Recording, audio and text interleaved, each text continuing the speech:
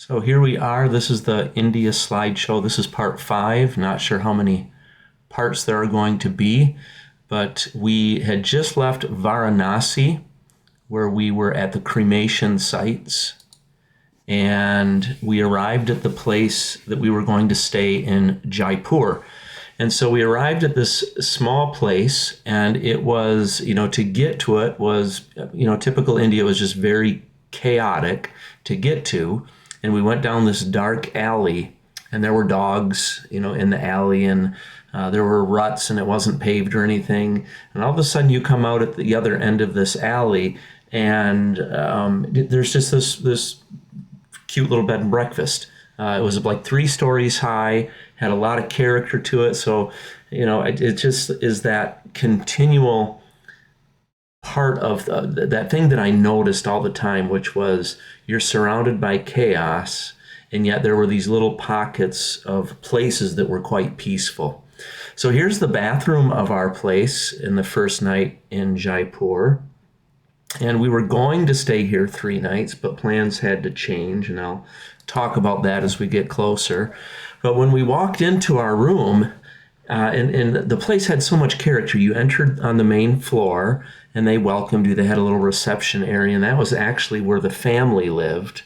And then we went up, I believe, 2 or 3 stories, or 2 or 3 flights of stairs to our room.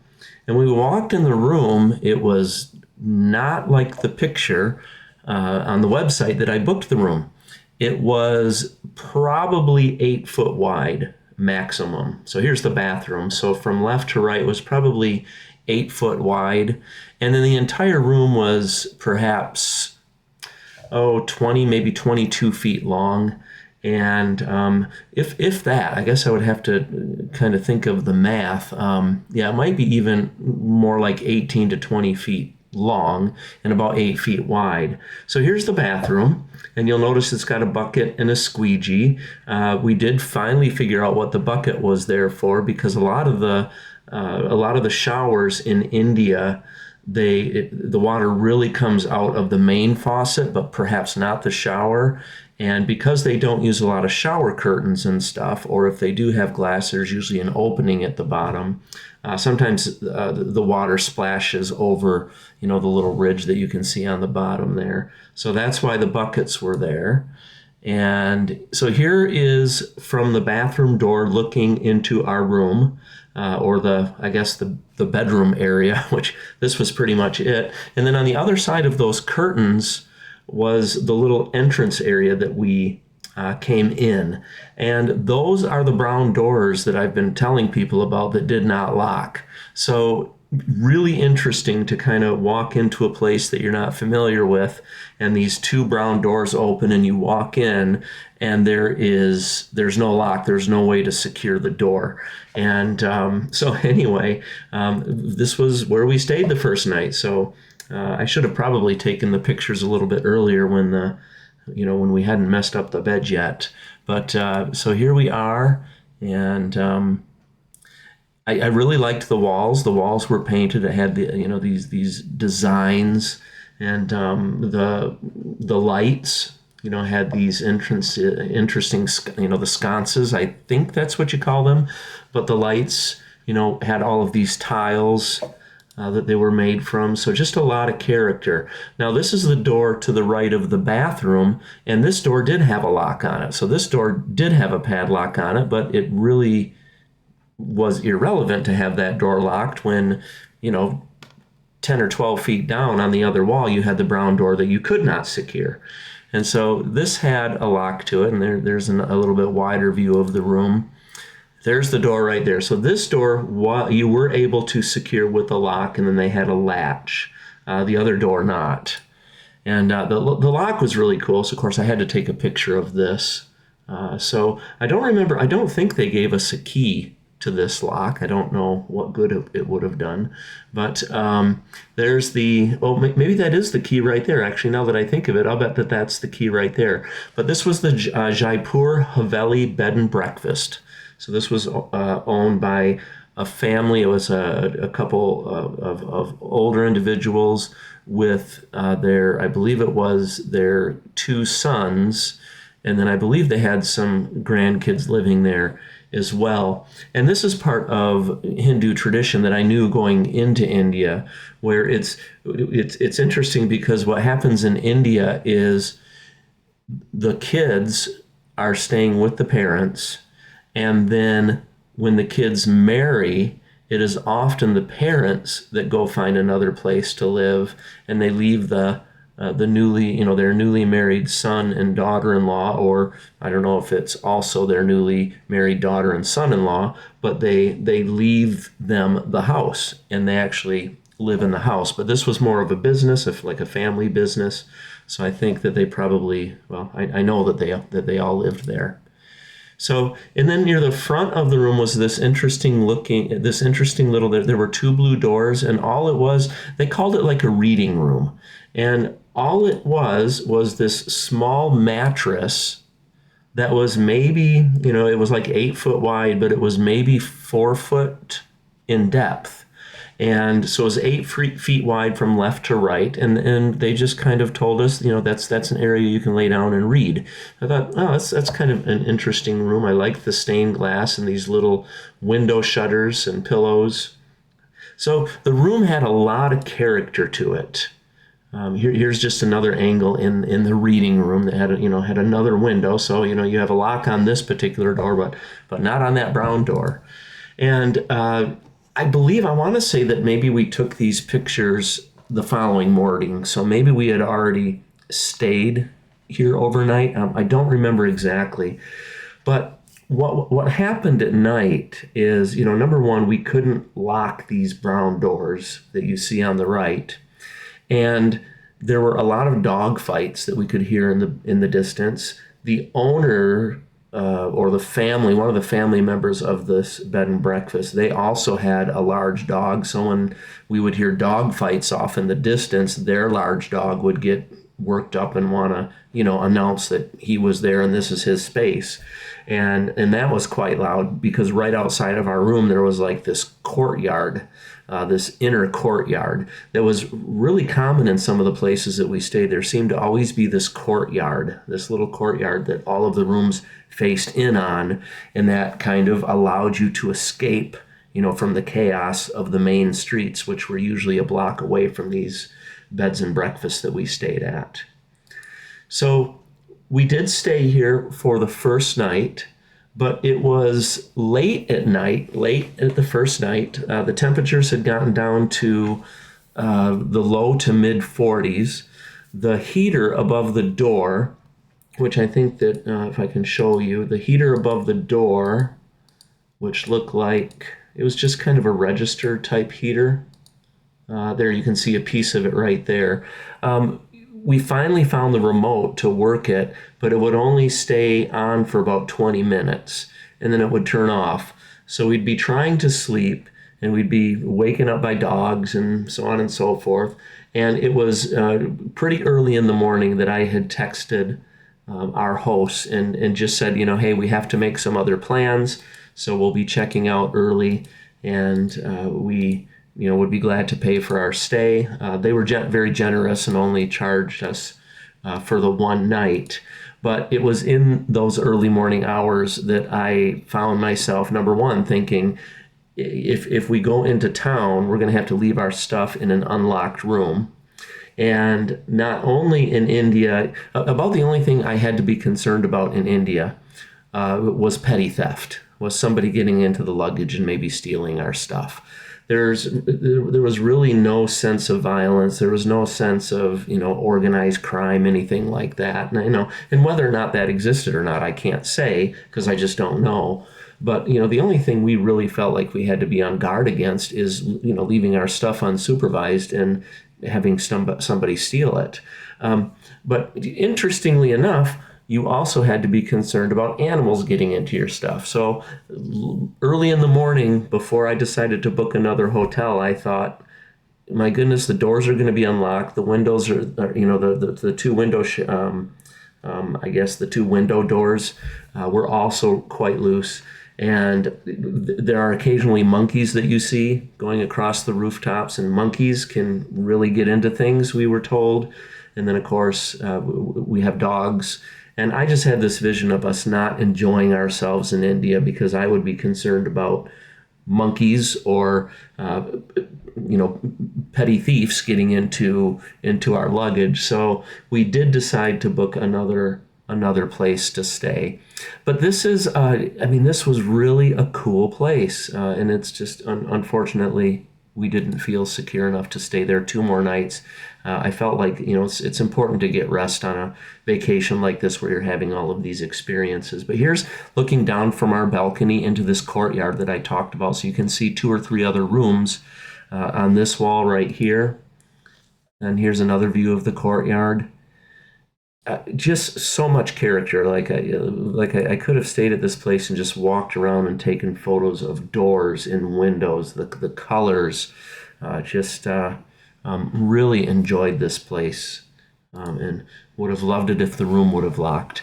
And this is looking out the balcony. So this gives you the impression too. So on the other side of these buildings are the busy main streets where I've shown you videos of just traffic and chaos and honking horns and people talking and shoulder to shoulder and just the busy chaos of India. And then you come 1 block in and you have all of this I don't even know how to describe it, but it's almost like these impoverished buildings that are breaking apart, and right in the middle of it is your little piece of, I don't know, your little piece of heaven, or however you want to describe it. And that's where we stayed. So here's the gate where we came in, and they've got a little courtyard in the front here where you could sit. There's another view of it. And then this is from the porch looking to the right. And then on some other sides, so here's Mercy. One of these photos, we were able to get up on the roof of this place. And then when we looked down, we really got a perspective of how isolated this cool little place was from its surroundings. So we had this little swinging chair outside. There we go. I'm lucky I'm getting a kiss there. We had to take some photo opportunities. So here's the courtyard again. Really cool doors. You just see these doors everywhere.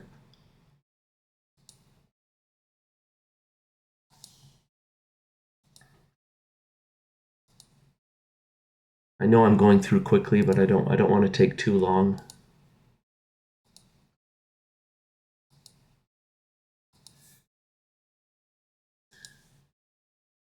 Now this is the grate at the bottom of the courtyard. You can see they've got some bells hanging on the grate, and you can kind of see there's a little table and chairs there. There's a little window here. This is the family residence. So in the morning we would go down the stairs that were to the right, and we would be underneath this grate in the family residence, and they would offer us breakfast, and they would offer, that's where meals would be eaten. They invited us to a New Year's Eve kind of a get together because this particular, this would have been New Year's Day, 2025. But here's the little reception area. Just really these cool little, you can see the grate up above with the bells hanging. Such character. So lots of elephant paintings. So I came back with one of my favorite avatars of God is now Ganesh. Ganesh is the elephant, the remover of obstacles. So that is the aspect of God that removes obstacles for you. And I thought, again, in the Christian tradition I was raised with, we would always pray, please make this possible. That's the aspect of asking God to remove a barrier. And so Ganesh is I would probably say is probably the most popular god of Hinduism. And let me rephrase that, the most popular representation of one aspect of God of Hinduism. I feel like it's important to state it that way. So here's the little dining area where the family would offer us breakfast. And then when we were able to get on the roof and look down, we really had an appreciation of just the poverty surrounding us. And so here you can see a few shacks This is looking down from the place we were staying. You can see somebody has a little fire going. There's a bicycle by the fire. Here's a woman. Quite often we would see women sweeping. And I'm not sure why. It's really interesting because, I would think to myself, why are you sweeping? Yeah, there were stones to be cleaned off, but it was just curious to see, and ask, okay, I wondered, is this person doing this because they want to feel productive, they want to keep busy, they want to feel like they're doing something about the chaos? It really fascinated me why, we would look outside of our windows and frequently like see the same woman, sweeping another roof or something like that.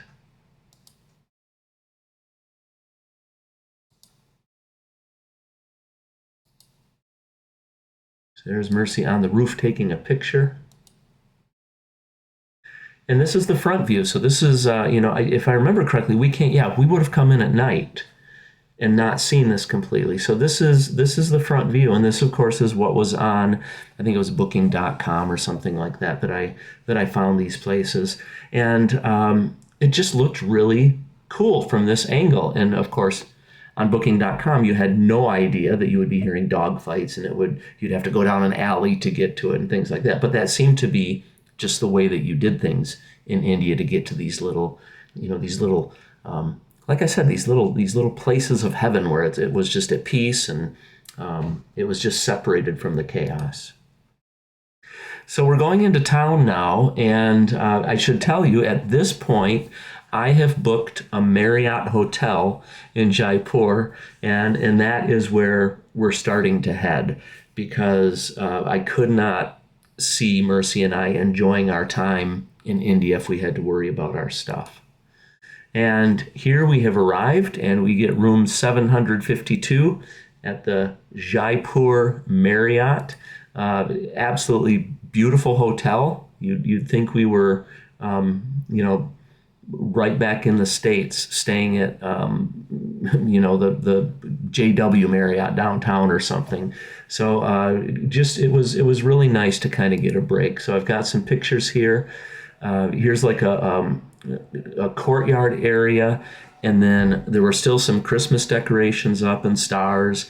And then over on the right was a really nice pool area. Again, you see all of the elephants, the remover of obstacles, which now that I'm thinking out loud, I'm thinking that's kind of perfect for India, because as you're traveling through India and trying to get through traffic, it would probably be nice to have that aspect of God to remove obstacles. So here's Mercy. They had a nice little coffee shop. What was nice about staying at the Marriott is we could not worry too much about eating coffee or maybe having some bread or some dessert and, some baked goods. We didn't have to worry necessarily about how they were prepared and what we were eating. So that was a nice reprieve or a nice break. They had a beautiful Christmas tree. And here's our black coffee. In the United States, we typically don't get the foam. I have found when I travel to other countries, not that I'm this world traveler or anything, but when I travel to other countries, a lot of times there is that black foam on top of your black coffee, or the brown foam, and it's really good. So this is just black coffee, and then you always get a biscuit with your coffee. Here's Mercy. I think we were both kind of like, this is a nice break from the chaos. And of course, we had plans still. So here we are on the way to, I believe, the Monkey Temple. And so one of the reasons I wanted to visit Jaipur is they have a monkey temple. And each temple sometimes has a certain animal that they are honoring. And a lot of times it was Ganesh, the elephant. But in this case, I wanted to go to this monkey temple where, the temple belonged to the monkeys. And, you could feed the monkeys and you had to be careful. There were some rules and all. But here we are going toward the monkey temple in Jaipur. Lots of fruit for sale, I really like this look. This when men would dress this way, they'd have the turban on their head and the gray beard and some sort of a jacket or a suit coat. It's I don't know, for some reason that just kind of that caught my attention. And then here we are coming around the bend on the way to the Monkey Temple. I'm going to try not to play all of the videos just because, just for time. I want to keep things moving, but on this road we were traveling relatively quickly. And here's just a photograph of the road. And here we have arrived, I believe we've arrived at the temple. No, we're still driving toward the temple. So again, you have lots of cows, lots of oxen that are traveling the roads. They are safe. I did see one dead cow that must have been hit by a car. And what was interesting to me is, and we see this more in Michigan. Like, I think in Michigan maybe the laws have changed where sometimes they like allow the dead white-tailed deer to just kind of rot away on the side of the road before they, I don't know, bury it or take it away. But in India, of course, if you have an animal that dies, it just stays there. And so these huge ox and cows, when they die, they would die on their sides. And it was really interesting because we were driving down a road and I saw this dead cow and its rib cage was just sticking up in the air. And I made a mental note because I wanted to ask our driver to stop on the way back so I could get a picture. But unfortunately, we weren't able to. But it did give me insight into, sometimes accidents do happen. But for the most part, I mean, here's the cows. I mean, we're coming down the road and it's like all of these cows just sitting in the road, kind of doing their own, doing their thing. And yes, they might be a reincarnated relative of the driver. And so animals are very respected. There were different aspects of reincarnation that I learned about. There's different schools of thought. Some are that a human spirit, which is an Atman, will actually inhabit an animal if needed. If the Atman, if that spirit needs to learn a different lesson before being free from the cycle. I also heard one school of thought where human Atmans will only go into other human Atmans. And then another school of thought was that when you die, your Atman basically gets dispersed into all different organisms, wherever your body is. So again, just interesting how people face their own mortality and come up with ways to give them peace and ways to figure out how am I going to live on. And we do that in it's done in the Christian tradition, it's done in Islam. The one tradition where I don't think it is done is in the Jewish tradition. I don't believe the Jewish tradition has any type of afterlife, but I'm not positive about that. So anyway, so here's like a building on the way to the Monkey Temple on the left. So this was on the ground. So I'm not sure if some of the religious leaders stayed here, if it was like maybe a monastery or something like that. And then here's just a panoramic view of kind of the area before we go up to the Monkey Temple.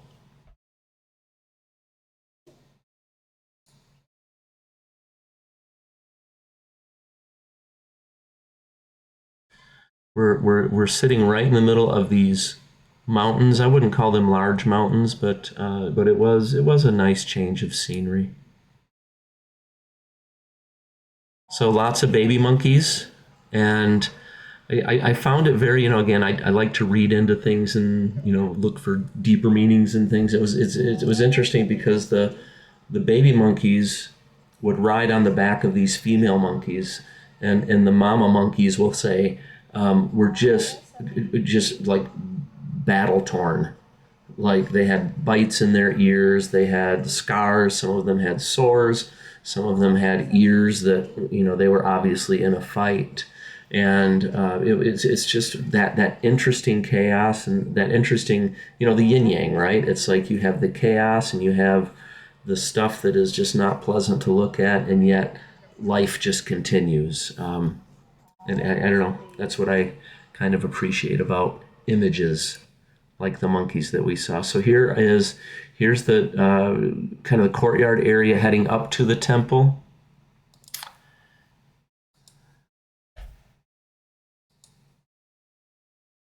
And then when you start going up the stairs, there's like a pool area. Now the pool was being repaired, so it wasn't working. But again, you could go into the waters of the monkey temple. And these are a little bit out of order because Mercy sent me some pictures from her phone.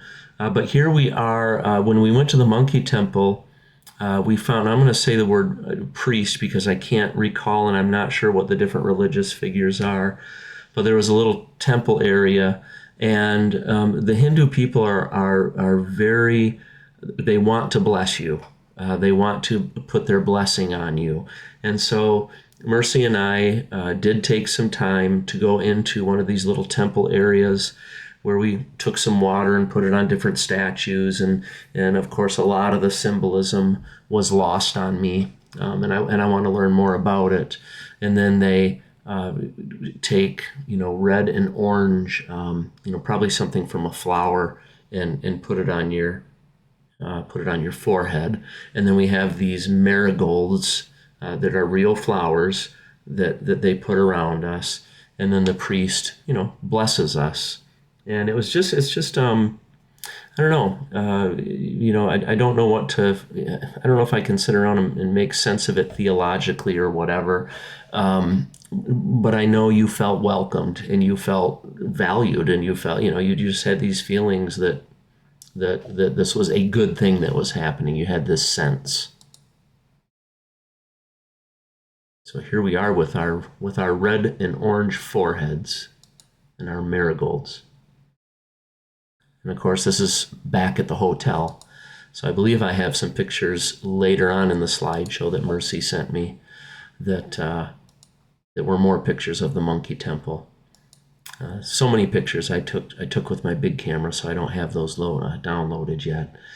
This is right outside of our window at the Jaipur Marriott. And there was a construction zone over here. It was really interesting because you would look down in the morning and there would be women moving the bricks by hand. So women, there were these pallets of bricks right down here below the building, and women would pick up the bricks and they would transport the bricks by hand. And then other times the women would be working on leveling the ground. So it's not like they had a bulldozer, or I don't know what you call it, but like a leveler to level the ground. Women would line up here, just a few of them, and they would actually smooth it out and carry the dirt away and put it in a pile. So everything is done pretty much manually. I mean, you have a crane here, but other than that, there was no equipment to help prepare the land and transport the bricks up, things like that. So here we are, and we have some lotus root it looks like it's breaded and maybe deep fried. And we have some salsa. Here's a little bit better picture of that building outside of our window. Yeah, some of these are out of order. There's a woman right there who's taking down bricks from this large pallet, this large stack of bricks. And then she brings them over and puts them in a cage. And then there you go. I guess now that I see this, the crane would lift those up. But the women would flat out the land and then transport the bricks manually. And then we found a little shop that had all of the different expressions of gods, the different avatars of God. And of course, I had to purchase a goddess Kali for obvious reasons. I needed to have a statue of that, so I did purchase this statue. And boy, it's heavy, but it's now sitting in my living room watching my piano. So here's just a little alleyway, and it's surprisingly clear right there. Into a bakery. So these are all like rolls. Initially it looked like a big like rope that was spooled up. And as I got closer, these are like pastries. So it's some sort of a rice or some sort of a, I guess I don't know what it is, or wheat, but these pastries. So I took some video of this bakery, and yeah, they just had, every once in a while you would find these really nice shops where they would have desserts, bakeries. I have no idea what some of this stuff is. I'm hoping at some point maybe to make a friend at the Indian store on 28th Street who can watch some of these with me and tell me, this is what this priest is and this is what this food is made of. And so maybe next time I'm in the Indian store, I'll strike up a conversation and see if somebody will join me for coffee to look at pictures and explain and teach me about a lot of this stuff. Street vendors. So I did eventually get brave, so did Mercy, and we did eventually start eating food from the street vendors. And, I guess our expectation or thing we were looking for was that these pastries were being cooked in boiling oil. So we wanted to make sure that things were hot, and we wanted to make sure that, that we were safe and didn't catch any foodborne illness, because that would have definitely impacted our trip. So here's a busy, kind of a cool looking alleyway down there, down this way. The other interesting thing about this is it's almost like in India, it's built for the customer, or it's laid out for the customer, because you would go down an alley like this and there would be 30, 40, I don't know, maybe even 50 stores, and they basically sold the same thing. And contrary to popular belief, we found that there wasn't a lot of bartering. Many of the little shops had a sign that said like flat fee or something like that, and you really couldn't barter, and they all had the same price. And we noticed that too when we were traveling to the Taj Mahal. There was like this stretch of road that the only type of business were these cement statues, and every business, that's what they sold.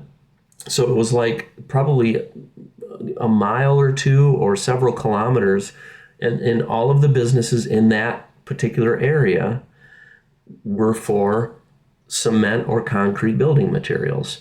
And I asked the driver, is it licensed that way? And he said yes, that the Indian government does control, when you have a business that supplies a certain product, you have to be in a certain area. And of course, being used to, I guess, Western capitalism, I was thinking, boy, that's an interesting way to build competition, but it obviously it works, and he said, as the need grows, for example, concrete and these cement statues or whatever, or these cement building platforms, he says, as the need grows, they just bring in other businesses.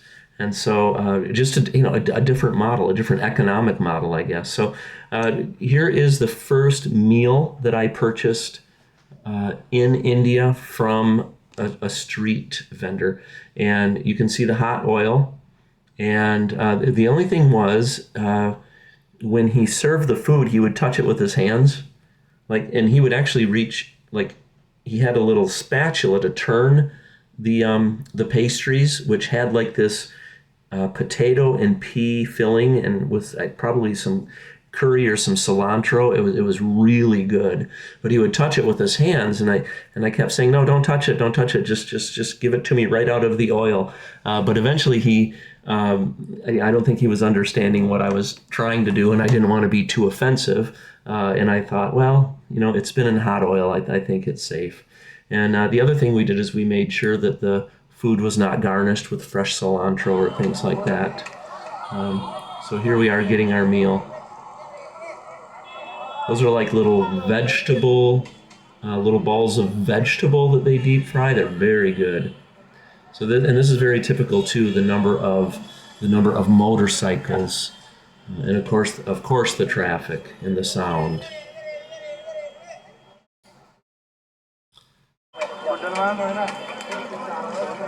So there's our lunch right there.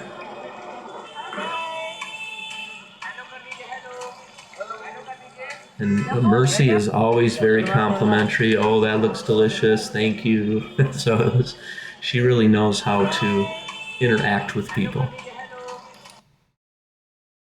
So here's somebody selling some breads.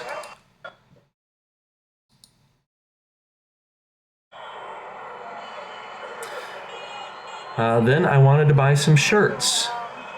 And so I think I'll probably end here. But I had packed only one shirt for India. I packed one shirt, and the reason I packed one shirt is that I was really excited about buying shirts in India. Come to find out, when I tried on the shirts in India, and I walked into the first store, which is right here, and I said, I'm a large. And he said, you're bigger than a large. And he brought out a 2X, an XX. And I tried it on. Well, actually, I didn't try it on. I couldn't get into it. And then I asked, well, do you have a 3X? Yeah, we can try a 3X. And I tried that on, and it was tight. Well, come to find out, in India, I am a 4X. XXXX. So I did end up buying some shirts, and even the quadruple X shirts that I got from India are a little bit tight. So anyway, it's just kind of a funny story. So here's the gentleman that sold me the shirts. Very proud of his business. You can see that in the way he's looking. So here we are at his second story shop, looking down at the road. And the next stop would be to buy some linens. And this individual was not quite as proud and happy to see Mercy and I as the person who sold us the shirts. This was an altogether different experience. We were subjected to some pretty hard selling in this shop. So, and we did end up buying both of those tapestries, I guess, or table runners. So one is on the back of the couch right now, and one is in the living room, and it really goes nice against the orange paint that I have in the living room. So, all right, let's stop there, because that was really long, but I do want to get through this for people who are interested. So, all right, we will catch you on the next episode.